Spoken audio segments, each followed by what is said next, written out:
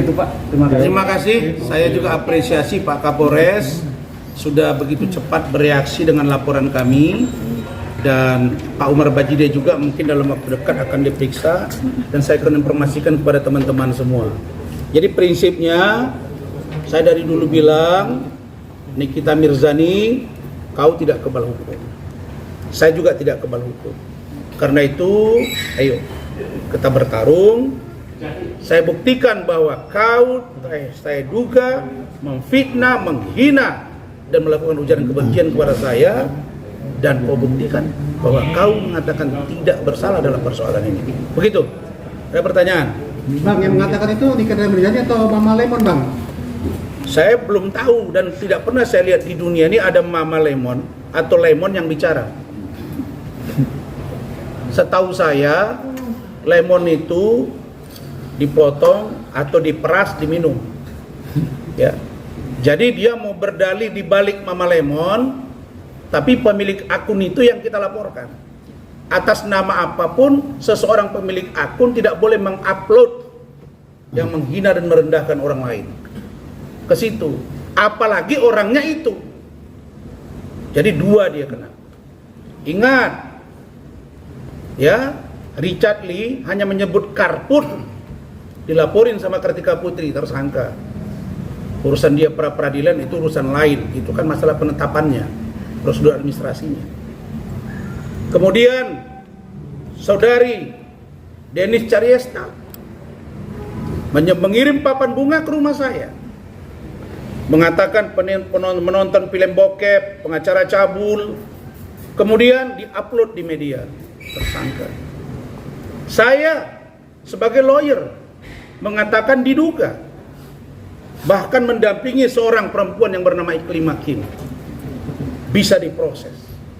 Ini sangat terang benderang. Kalau sampai ini tidak naik sidik dan tersangka, saya pasti akan bereaksi keras. Tapi saya percaya Pak Kapolres, Pak Kasar Eskrim, Kanit, saya yakin lihat cepatnya ini akan tuntas dengan terang benderang. Pemanggilan Pak Umar Bajide mungkin kapan, Bang? Harusnya beliau dipanggil itu 2 hari lagi, tapi karena beliau ada kerjaan, kemudian ada urusan ahli yang kami sedang pikirkan untuk didatangkan ke pemeriksaan, maka beliau akan menyesuaikan waktu. Saya sebelum terlupa, saya mendengar pernyataan Kasih Humas, adik saya Nurma Dewi, bahwa penyidik menunggu saksi dan atau ahli dari terlapor.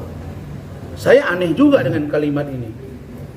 Bagaimana mungkin kita mau datang kalau nggak diberitahu oleh penyidiknya? Ya penyidiknya hubungi kita dong, kan begitu. Pak Rasman, kapan didatangkan saksi Bapak, ada charge dari saudara Fadel Al-Fajar Bajide, atau mana ahlinya? Kapan kita komunikasi dengan yang di UK? Mereka pada nunggu semua. Jadi kalau ditunggu, kami nggak bisa dong datang begitu saja. Tapi kalau memang itu katanya, saya akan tanya nanti penyidik, supaya diperiksa agar terang peristiwa ini. Dan harus dipahami ya, bahwa LM atau Loli ketika di luar negeri diduga sudah punya pacar berinisial A. Itu pengakuan Ibu JF kepada saya dan ada statement letternya. Jadi bagaimana posisinya, informasi yang kami terima, mudah-mudahan ini nggak benar, tapi dugaan yang sampai ke kami informasinya, samar-samar kami dengar katanya urusan bahwa ini si LM atau Loli ini sudah tidak, ya bahasanya sudah seperti katanya sudah tidak gadis lagi. Nah ini kan membuktikannya sulit Bapak. Kalau dia misalnya udah nggak gadis lagi, terus siapa yang ngambil kegadisannya? Terus kalau misalnya diperiksa sudah nggak gadis lagi, emang bisa diukur, diperiksa. Bulan lalu Syanu, bulan ini Syanu. Terus kalau orang masuk kamar, apakah dia melakukan itu dalam kamar? Ingat kalian kasus Vicky Prasetyo. Dia datang, jelas Angel Elga istrinya, tapi tidak bisa dibuktikan bahwa ada di situ persetubuhan tidak ada di situ yang namanya sperma. Sehingga yang kena siapa? Vicky. Ditahan lagi di kejaksaan karena ada dugaan kekerasan. Vicky itu klien saya. Waktu dia ditahan, baru dia jadi klien saya. Waktu dia pertama ditahan di kejaksaan itu belum. Tapi kita berdiskusi panjang gitu. Sehingga tidak mudah membuktikan itu gitu. Maka saya bilang, kalau sempat Polres Metro Jakarta Selatan tidak hati-hati, ini akan jadi bumerang yang serius.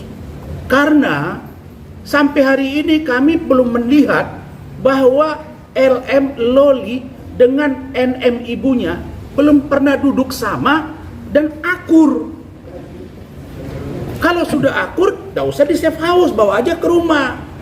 Dan kami ingin agar Bid Propam turun supaya kami dapat lihat apakah penyidik ini sudah benar dalam prosesnya penyelidikannya dan penyidikannya atau tidak, atau bagaimana posisi ketika LM ke Indonesia, bagaimana kejadian di bulan Januari, kan yang dilaporkan Januari. Saya heran juga pengacaranya ngomong fokus ke Maret, April, Mei, Juni, Juli, Agustus, tapi di dalam LP-nya Januari.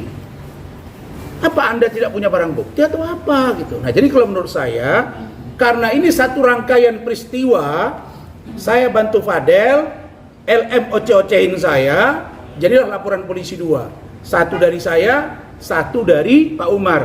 Plus saya dilaporin dan tim hukum oleh Saudari NM di Polda Metro Jaya. Katanya menyebar informasi melanggar undang-undang kependudukan. Ya sudah, kita buktikan aja. Kenapa sih nggak fokus ke kasus Fadel? Lah kalau saya dorong supaya menikah kalau sudah dewasa, kenapa marah-marah sama saya? Kan saya merasa lebih baik dipersatukan cinta mereka itu. Kalau memang Lolinya masih cinta. Tapi kalau Loli sudah nggak cinta, ya nggak ada masalah. Tapi menurut Fadel, Om, saya yakin seyakin-yakinnya cinta saya dengan cinta Loli tidak akan pernah berubah. Itu kata dia. Dan dia minta doa restu. Saya kan nyampein. Kok suruh nikah sama anak saya perempuan. Bagaimana nikah sama perempuan? Terus anak saya sekali masih kecil. Dia belum ngerti cinta. Nah, udah, kamu jangan marah-marah sama saya dong. Terus saya jadi pengacaranya, kalau semua orang pengacara yang bela klien terus dimarah-marahi pengacaranya, wah gawat kita Republik ini. Bubar kita. Kalau begitu yang di samping tadi semua dikuliti nih. Wah, ini siapa sebelah kanan Rasman? Ini siapa nih sebelah kiri Rasman? Nih gue, wah gawat kita. Jadi NM, Anda selama ini merasa bahwa Anda mungkin kuat. Si pengacara yang satu lagi juga, dua-dua kalian saya hadapi. Karena di balik akal manusia ada rencana Allah yang lebih dasar. Demikian, terima kasih. Cukup ya? Terima kasih.